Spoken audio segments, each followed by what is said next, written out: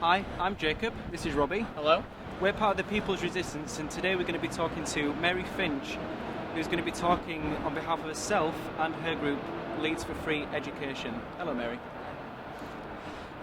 So, how did you first get involved in politics, sort of personally, or what was it that kind of got you interested? I think I went through phases of. I was involved in politics probably when I was about 12 or 13 in a way. I went on demonstrations occasionally and posted angry Facebook statuses about stuff. And I think I was it was a different cause every few years. So I was a vegetarian for a few years. I was really passionate about animal rights, and then it was environmentalism, and then it was. I think it was tuition fees being trebled in 2010 that really radicalised me, because it was. I was following the general election at that point. I was kind of interested in party politics for the first time, and then the Lib Dems sold out so absolutely, and completely. And I started crying when they trebled to people. When I found out on the news that the vote had passed, I was just so angry. But I felt like there'd been 50,000 strong demonstrations. I was on a few of the demos, and it. But it had still got ahead anyway, and it felt quite pointless, I think.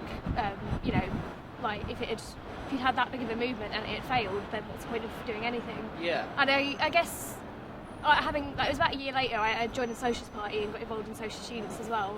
And I think it was kind of having hindsight on that a little bit, and also just sort of getting involved with socialism and hearing about, having a basic understanding of what socialism was what kind of got me properly involved in politics in a more consistent way. And so, yeah. Okay. So tell us more about Leeds for Free Education then. How did that come about? It was before Christmas. There was Warwick University. There was, I think, a few occupations at that point, just before Christmas. And Warwick University went into occupation, and they were basically broken up by the police with dragging students out by their hair, pepper spray, things like that. I remember seeing it on the news. And there was about a week later, there was a solidarity protest held in Leeds, which had about 150 people on it. And this was a protest organised in about 3 or 4 days' notice, so it was really impressive, and there was a mood around it. We kind of decided with some other societies, on-campus groups, to organise a follow-up meeting, and it was then that we talked about obviously police brutality and the need to fight police brutality and so on, but we felt like the reason that Warwick went into occupation was for free education and was against the cuts. We felt like that was the most important thing, really. If you're going to rebuild the student movement, that we've got to take up those issues. And especially after the demo in November, there was kind of a mood that was growing around that. So we set up Leeds for Free Education. And then it was after Christmas, when everyone finished exams, we held our first meeting, we started making plans for the demonstration, and then we had the demo, and yeah. Okay, and what do you, what's your role within the group itself? What do you do for the group? We don't really, we've got elected positions at the moment, but they're not really, we've got very sort of fluid responsibilities. We don't really, we're just sort of testing it out, really. So I'm technically secretary, which means that I'm in charge of correspondence, but it's kind of whoever happens to have the time to kind of do something, really, takes responsibility for it. So, I'm basically I'm an organiser of the campaign.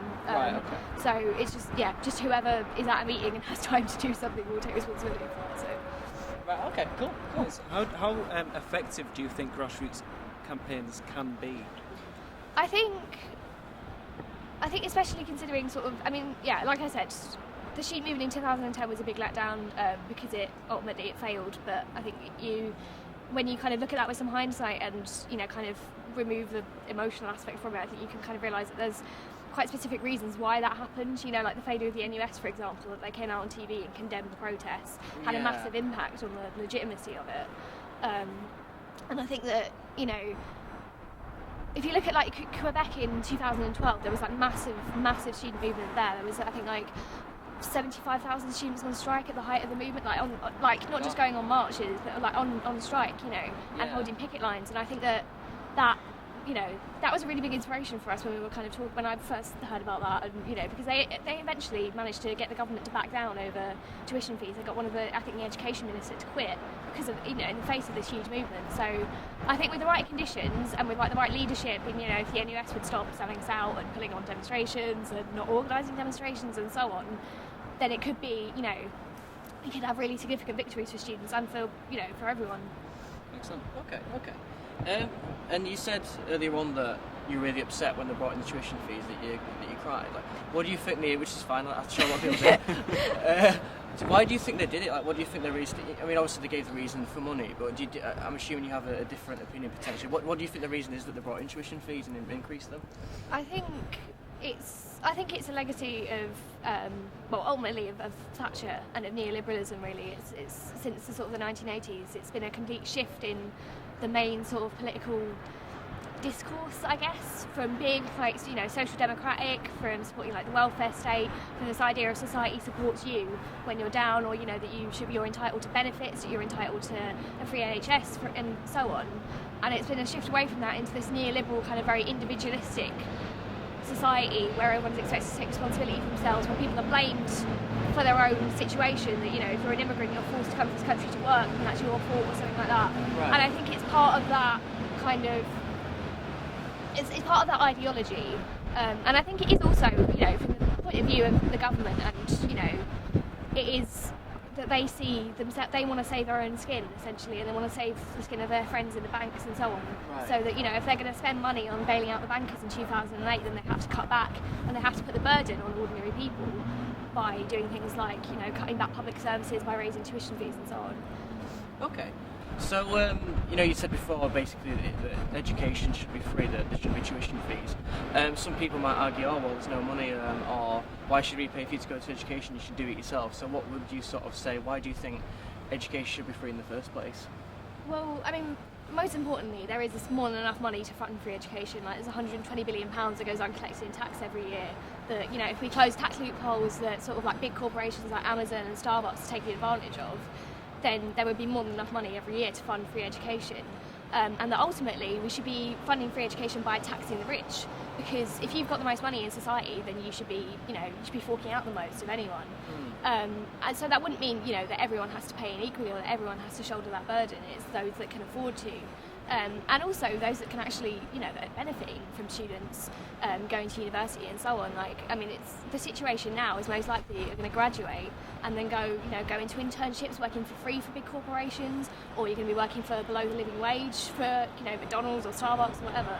Like, if you're benefiting from that, then you should be doing something to support it and to pay for it, especially when students can't afford to pay for it themselves. Okay. Because it does seem like a kind of vicious circle. If students can only really get at the minute 0-hour contracts or very poorly paid jobs part-time, even before you're a student, in order to be able to afford, if your parents can't afford to pay for your education and you're expected to stump up for it yourself, you can't really get a job that's going to pay well enough to do it. And if you do manage to get it, you're going to be saddled with extreme amounts of debt. So how do you think people can kind of get themselves out of a cycle in the current paradigm? I think by abolishing tuition fees altogether and by scrapping all the student debt, you know, by saying that students shouldn't have to pay back their debt, because if you can do it for the banks and we can bail them out, we can spend billions of pounds on that, and I don't see why we can't do it for the mass of people in society who haven't screwed up the economy, you know. Okay. And how do you think, if you're an ordinary person watching this and agreeing with what you're saying, what can a person do to get involved to try and change these things? In terms of free education, I think if you're a student, look at what groups are already active on campus. If there isn't one, set one up. You know, because I think there's a huge amount of potential in the student movement at the moment, and it can really, you know, could develop into something really big. But I think people need to start, you know, taking responsibility for it and need to start getting active. And if there isn't a campaign that's already, you know, in existence, then create one. You know, hold open meetings, try and get other people involved, try and work with other groups, because speaking from experience, it's horribly stressful organising like a demonstration or something, or, you know, trying to organise a long-running campaign. But ultimately, the benefits of it are just so monumental, and it's so satisfying to feel like you're actually organising something, you're actually doing something that's going to make a difference. That is absolutely worth it. Okay. And it's, once you kind of get into the rhythm of it, it's not as completely impossible and intimidating as what it seems. So. And what can you do if you're not a student?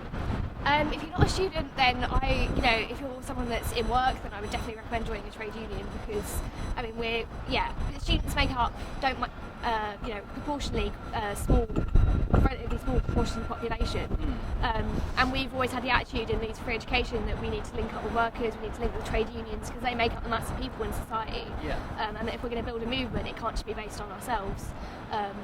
So yeah, I would say absolutely join a trade union, get involved with the trade union movement, and try and rebuild the fight wherever possible. Whether you're a student, whether it's for free education, whether it's just against cuts or whatever. Just find local groups, find local anti-cuts campaigns, and actually get active and get involved.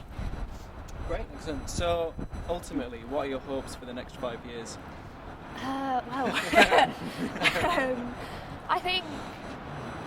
I think, to be honest, that the government is quite a lot more weak than what people kind of assume it to be. I think after the Conservatives won the outright majority, there was a lot of despair going around. I think people were really intimidated, and understandably, obviously. But they're only won by a 12-seat majority. And like I said about Quebec, for example, there's, in the face of a mass movement, they will back down. And if there's enough people that are saying we're not going to take austerity, we're not going to sit down and, we're not going to work for less than the living wage, we're not going to pay £9,000 a year, there's only so much that they can do to eventually fight that. Right. So I think in terms of my hopes for the next 5 years, I want to see the student movement rebuilt, I want to see the NUS taking a lead, I want to see the trade unions taking a lead in the movement, and I want to see working class people and students getting involved in those things as well, and pushing at a grassroots level for those things to change and for their leadership to actually step up and play the role that they should have been playing for the last 5, 10, 20 years that they haven't been. Excellent. Great. All right, thank you very much. Yeah, that was excellent. Pleasure Cheers, speaking thank to you.